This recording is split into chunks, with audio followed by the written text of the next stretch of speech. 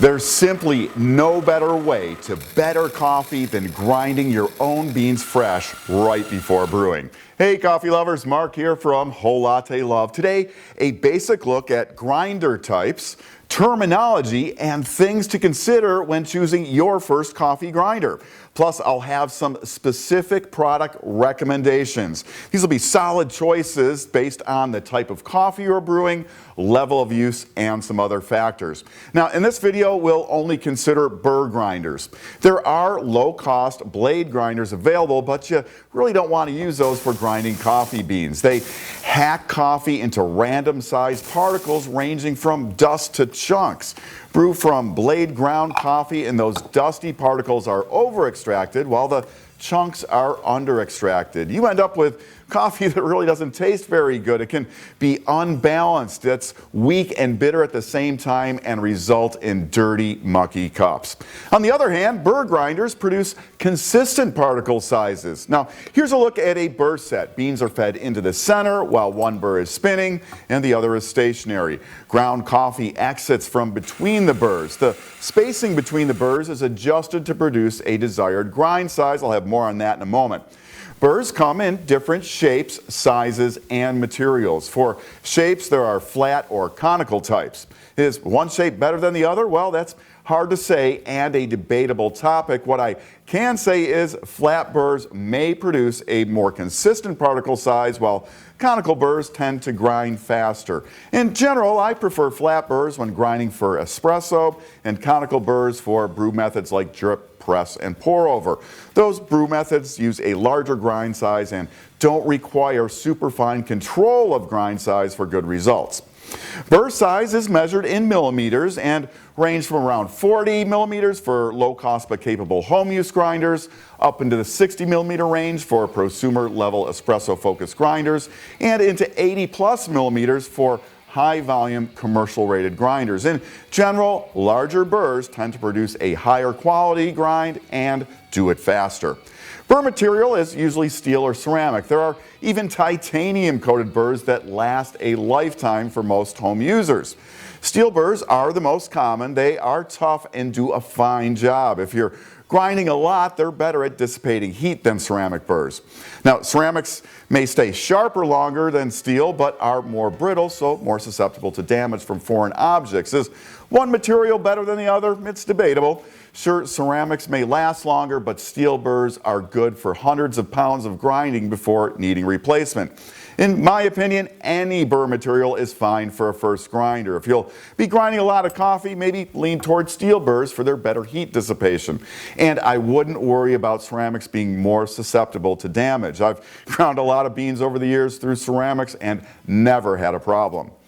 Next up, grind size adjustment. There are two basic types, stepped and stepless. On stepped grinders, there are definite stops for each grinding size.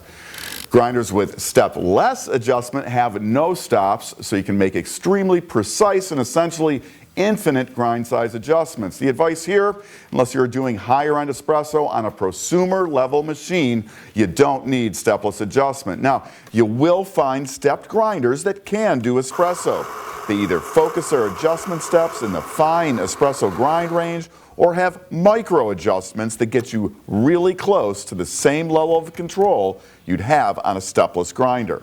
Some other considerations when choosing a grinder: motor power. It's rated in watts and ranges from about 100 to more than 400. More powerful motors give longer duty cycles. That is, they can grind more coffee and they usually do it faster. Grinders with lower power motors often have duty cycles around 10%, meaning you can grind for 60 seconds and then you should let the grinder rest for about 10 minutes before using it again. Then there's build quality. As with most equipment, you get what you pay for. As you go up in price, you're going to get better quality. There will be more metal and fewer or no plastic parts in more expensive grinders, so they're just going to last longer. Beyond that, we get into how the grinder is used. Things like timed or weight-based grinding, that's programmable.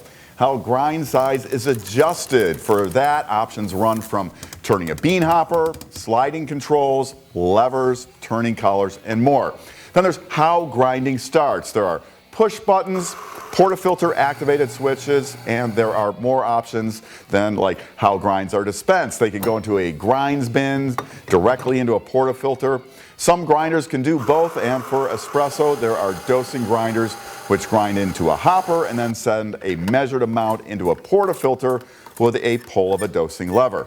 So now that you know a little more about coffee grinders, here are my beginner level recommendations depending on brew method. For drip, press, and pour over, which use a medium grind, check out the Capresso Infinity, Baratza Virtuoso, and the ROK Manual. The Infinity has been around for years. It's affordable and does a nice job. It's not fast, and some may find it a little plasticky.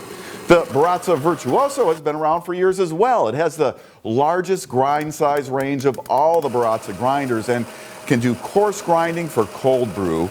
If manual grinding is for you, have a look at the ROK grinder. It easily has the most bang for the buck, easy to use with the vertical motion, and has stepless grind size adjustment.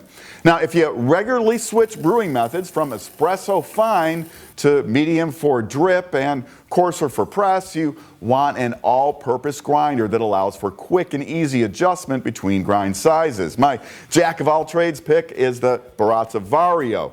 The Vario has long been considered the entry into prosumer-level grinding for espresso. It dispenses into a grinds bin or metal pour holder for hands-free grinding for espresso. It features larger 54mm flat ceramic burrs and 230 grind settings with micro adjustments to fine-tune espresso grinds.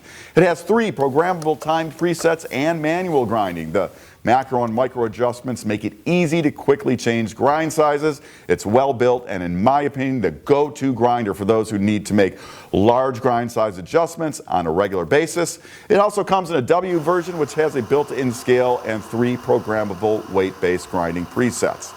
For espresso-only grinding, 2 options on either side of the Vario price-wise. If your budget is limited, check out the Gaggia MDF. At well under $200, you get a lot of bang for your buck in the MDF. It has 50mm burrs and a 100-watt motor with gear reduction for increased torque. It's a dosing grinder, so you grind into a hopper and then use a lever to deposit adjustable sized doses into a portafilter. Above the Vario are Ceado's prosumer entry-level E5 and E6 series grinder. They feature larger 64mm steel burrs, stepless grind adjustment, more powerful motors, robust construction, and a variety of time dosing and grind start options. The Ceados give mid-level espresso enthusiasts excellent grind quality and a robust build at really reasonable prices. So those are my picks for beginner level grinders. Use a link up here to check out the complete grinder selection at Whole Latte Love. If you have questions on grinders or anything coffee, use those comments and I'll get you the answers. I'm Mark. Thanks for watching. I hope you'll subscribe and come back soon for more of the best on everything coffee, brought to you by Whole Latte Love. Want to learn more? Subscribe now so you'll know about the latest videos on everything coffee from Whole Latte Love.